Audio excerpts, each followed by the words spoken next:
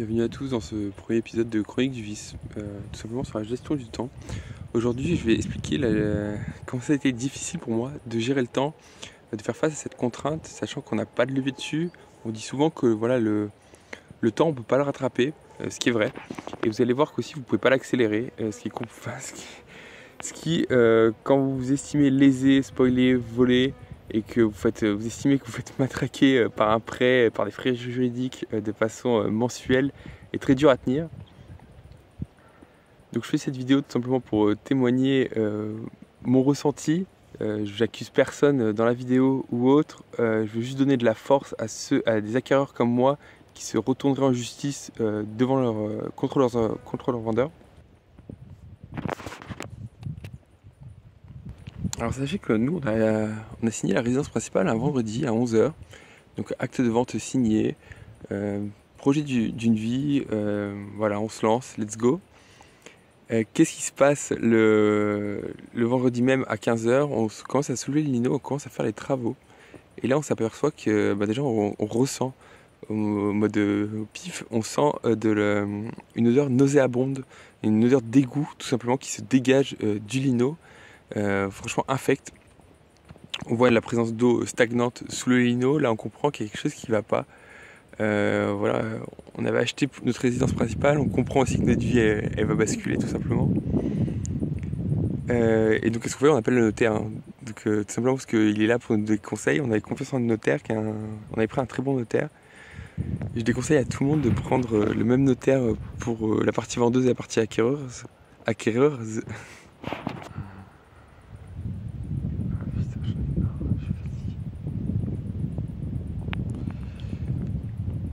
Donc là, à 16 h, c'est le bordel.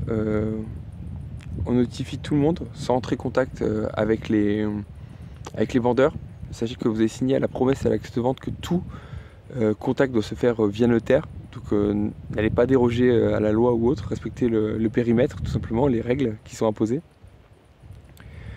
Et donc on a notifié l'agent immobilier par SMS, mais voilà, après on l'a demandé de passer par mail.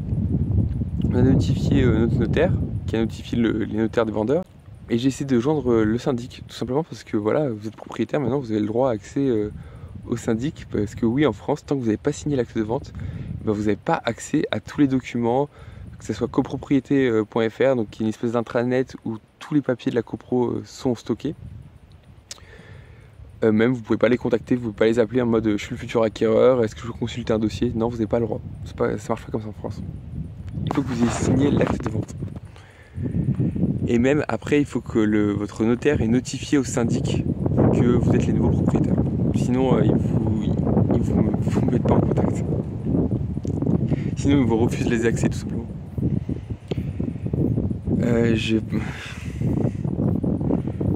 Et donc là, le vendredi soir,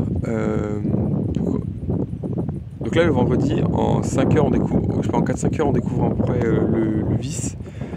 On comprend que notre vie, elle bascule. On a notifié tout le monde en moins d'1 heure.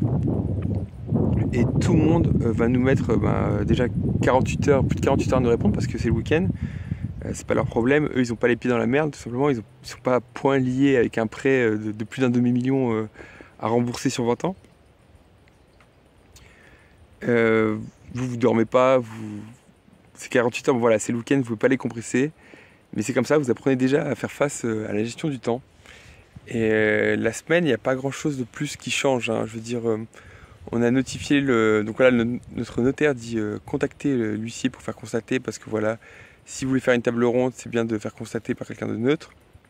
Et puis même si vous voulez aller en justice plus tard, il faut que vous fassiez, il faut que le sinistre, le défaut soit constaté de façon neutre, donc via un huissier.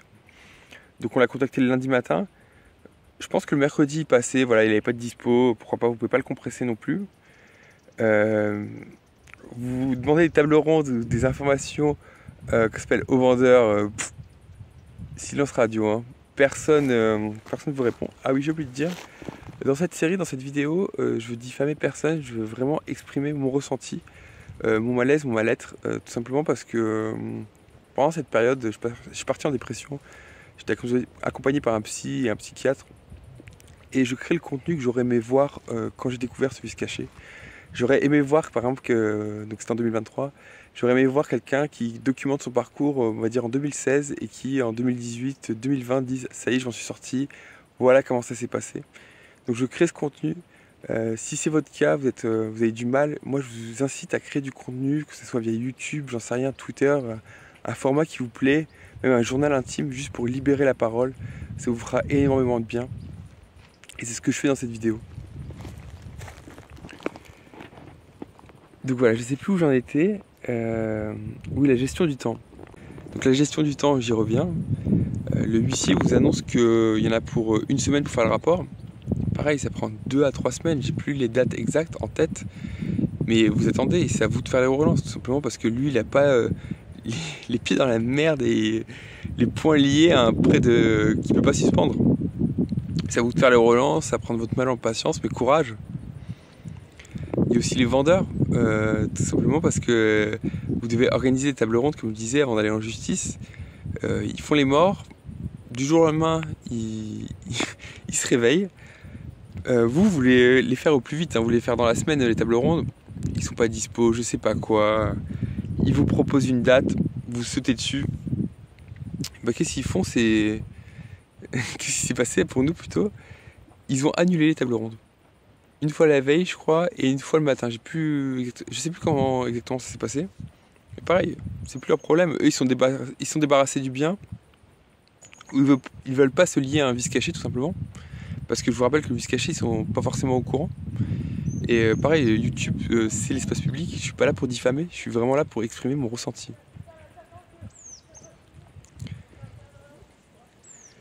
Pareil, ça dure 1 mois et demi, 2 mois. Vous êtes dans l'attente, vous espérez que ça va changer votre vie. Il se passe rien. Il y a le notaire aussi, le notaire il fait ce qu'il peut, hein. Le notaire en face il répond pas et il vous met en copie de mail ou autre. Mais voilà, pareil en face c'est pas leur problème, ils sont pas dans la merde. Eux ils peuvent bouffer ou autre, ils dorment bien, c'est pas leur souci. Il y a aussi le tribunal. Je remets pas en question le travail du magistrat, mais voilà, vous déposez votre dossier au tribunal et il y a 2 mois pour étudier le dossier et dire si oui il est recevable et si oui il y a litige et donc il faut des expertises judiciaires. Donc on vous annonce 2 mois, c'est très long. Honnêtement, la requête, elle tient sur une page recto verso. Vous rajoutez les preuves. Allez, ça fait 30 pages à étudier. Si vous devez juger le travail en méthode agile, je pense que pour 2 heures, une demi-journée, grand max, voilà, c'est plié, c'est recevable, oui ou non. Il y a litige, oui ou non, donc il faut des expertises. Bon là, ça prend 2 mois, c'est comme ça, vous ne pouvez pas le réduire.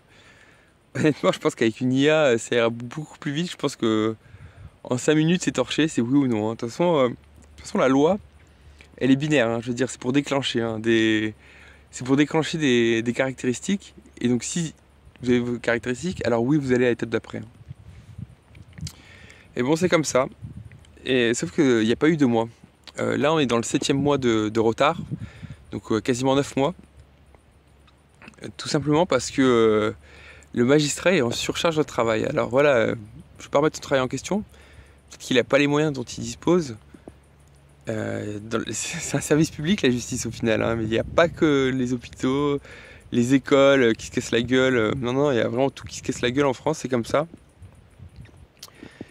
Et vous, pendant ce temps, vous devez prendre votre mal en patience, le temps, vous prenez sur vous, quoi. Vous devez juste attendre. Et je sais que c'est dur, c'est compliqué. J'espère qu'il y aura comment dire? J'espère que la situation va changer le mois prochain. Parce qu'on va rentrer sinon dans le 10e mois d'attente, ce qui commence à faire long. Parce que voilà, pendant ce temps, vous ne pouvez pas suspendre le prêt. Vous avez juste envie d'avancer pour fermer ce chapitre de votre vie, dire voilà, il y a une assignation, que je la perde ou je la gagne, j'en sais rien. Voilà, je ferme ce chapitre et je passe à autre chose, je me projette dans d'autres projets. Bah là actuellement c'est pas possible parce que ça vous prend de l'énergie, ça vous prend du temps, ça vous coûte énormément d'argent. Mais vous devez faire avec. Donc voilà, si vous êtes dans cette situation, je vous souhaite bien du courage. Surtout, donne de la force à travers cette vidéo et mon sourire et mes cernes parce que je dors pas trop en ce moment. Mais sachez que vous n'êtes pas les seuls et si ça peut vous rassurer, vous n'êtes pas les premiers. Sûrement il y a des gens avant qui l'ont... Vous n'êtes pas les premiers, il y a des gens qui en sont sortis et je sais que vous n'êtes pas les derniers. Donc courage aux nouveaux qui arrivent dans cette aventure de merde. Gardez la force, gardez le cap. Je sais que vous savez pas du tout regarder quand... je sais ce que c'est, hein, votre monde s'écroule du jour au lendemain. Vous n'avez pas de direction, vous n'avez pas de cap. Mais j'essaie de vous donner une direction, ou en tout cas, comme je dis, de la force. Et j'espère pour vous que vous allez vous en sortir. C'est la fin de ce premier épisode sur la gestion du temps. Je parlerai aussi d'autres thématiques comme le temps que vous pouvez pas récupérer. Dans le sens où pareil, c'est incompressible. Le temps est perdu, c'est comme ça.